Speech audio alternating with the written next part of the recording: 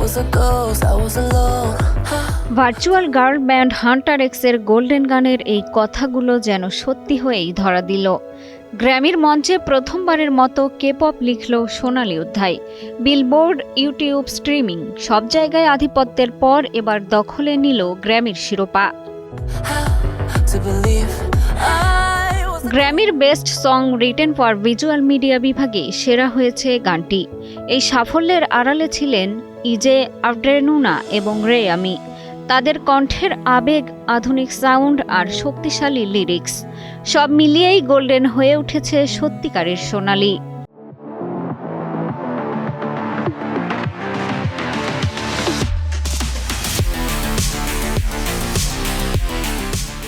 done hiding, now I'm shining. এই পুরস্কার শুধু একটি গানের নয়, এটি কোরিয়ান গীতিকার ও প্রযোজকদের জন্য এক বিশাল অর্জন।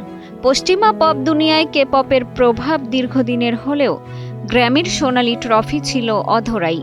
অবশেষে সেই খরা কাটিয়ে পুরো টিম প্রথমবারের মতো পেল গ্র্যামি জয়ের স্বাদ।